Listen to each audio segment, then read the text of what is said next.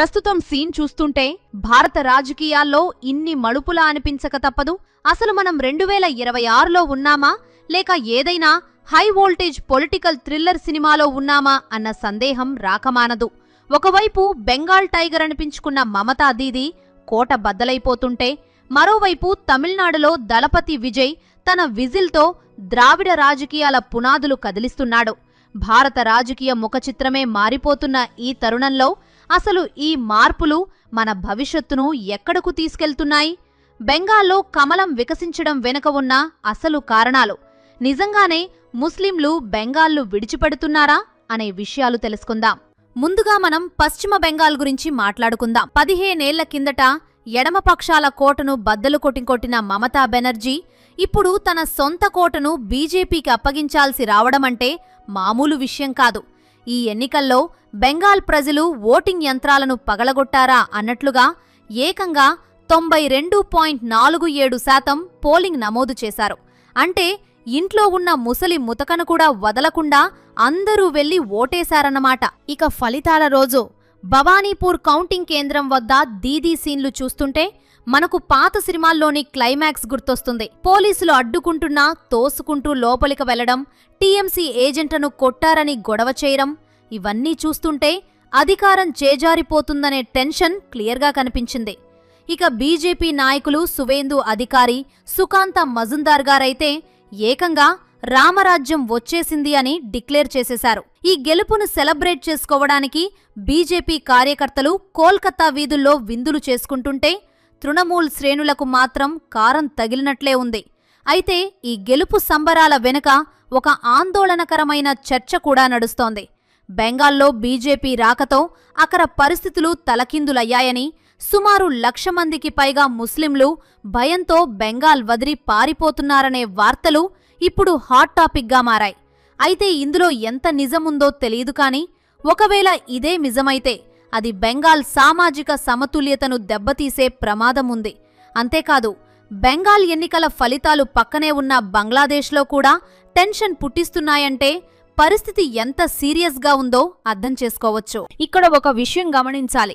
దీదీ ఓటమికి కారణం కేవలం బీజేపీ బలపడటమే కాదు, ఆమె ప్రభుత్వ పాలనపై ప్రజల్లో వచ్చిన వ్యతిరేకత కూడా ఒక ప్రధాన కారణమని సువేందు అధికారి లాంటి వాళ్లు వాదిస్తున్నారు.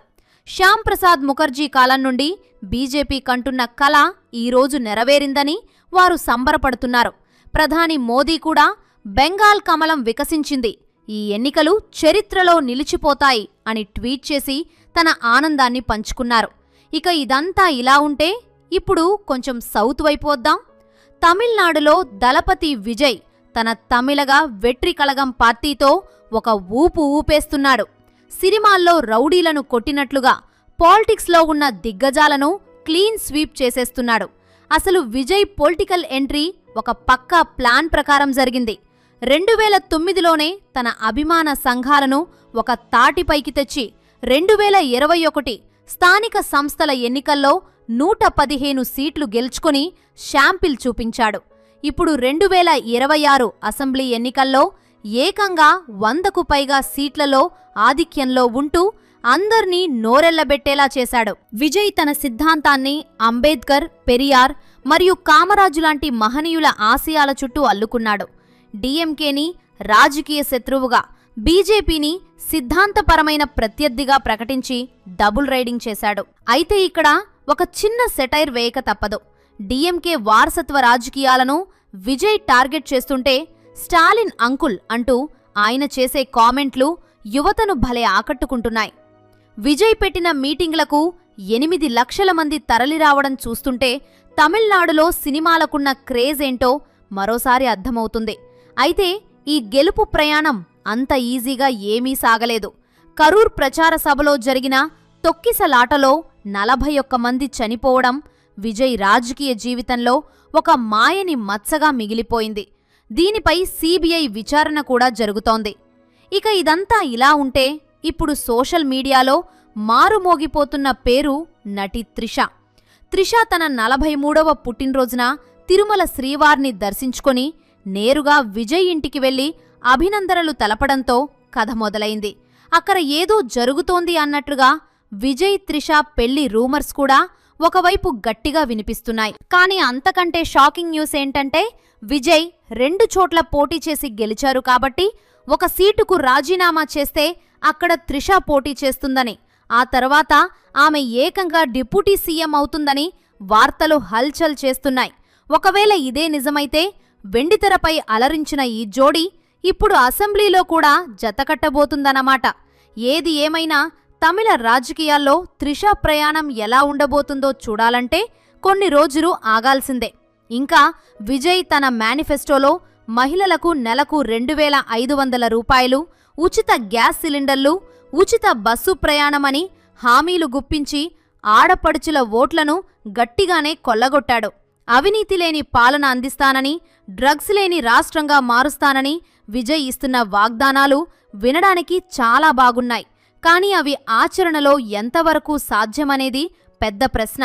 అస్సాంలో కూడా బీజేపీ 100కు పైగా సీట్లు సాధించి తిరిగి అధికారాన్ని దక్కించుకుంది. మహారాష్ట్రలో అజిత్ పవార్ భార్య సునేత్రా పవార్ 2.18 లక్షల మెజారిటీతో గెలిచి రికార్డు సృష్టించడం చూస్తుంటే పాత రాజకీయ నాయకుల కంటే వాళ్ల కుటుంబ సభ్యులకే ప్రజలు ఎక్కువ ఇంపార్టెన్స్ ఇస్తున్నారేమో అనిపిస్తుంది. మొత్తానికి 2026 ఎన్నికల ఫలితాలు మనకు కొన్ని విషయాలను స్పష్టం చేస్తున్నాయి. ప్రజలు మార్పును కోరుకుంటున్నారు. అది బెంగాల్లో బీజేపీ రూపంలో కావచ్చు, లేక తమిళనాడులో విజయ్ రూపంలో కావచ్చు. పాత సిద్ధాంతాలు, పాత ముఖాల కంటే కొత్తగా ఏదో ఒకటి చెయ్యాలని తపించేవారిని ప్రజలు ఆదరిస్తున్నారు. కామ్రేడ్ల చివరి కోట అయిన కేరళలో కూడా కాంగ్రెస్ చారిత్రాత్మక విజయం సాధించిందంటే దేశవ్యాప్తంగా రాజకీయ గాలి ఏ దిశగా వీస్తుందో అర్థం చేసుకోవచ్చు. మొత్తానికి చూస్తే బెంగాల్లో బీజేపీ ప్రభుత్వం ఎలాంటి పాలన అందిస్తుంది? విజయ్ తమిళనాడును నిజంగానే ప్రగతి పదంలో నడిపిస్తారా? త్రిష నిజంగానే రాజకీయాల్లోకి వచ్చి తన మార్కు చూపిస్తుందా? ఈ ప్రశ్నలన్నింటికీ సమాధానం కాలమే చెప్పాలి. అధికారం ఎవరికీ శాశ్వతం కాదు. ప్రజల నాడి పట్టుకున్నవాడే అసలైన నాయకుడు. ఈ పొలిటికల్ డ్రామాలో ఇంకా ఎన్ని ట్విస్టులు ఉంటాయో వేచి చూడాలి. మరి ఈ రాజకీయ పరిణామాల నేపథ్యంలో మీ రాష్ట్రంలో లేదా మీ నియోజకవర్గంలో ఎలాంటి మార్పులు వస్తాయని మీరు ఆశిస్తున్నారు? కింద కామెంట్స్లో తప్పకుండా తెలియచేయండి.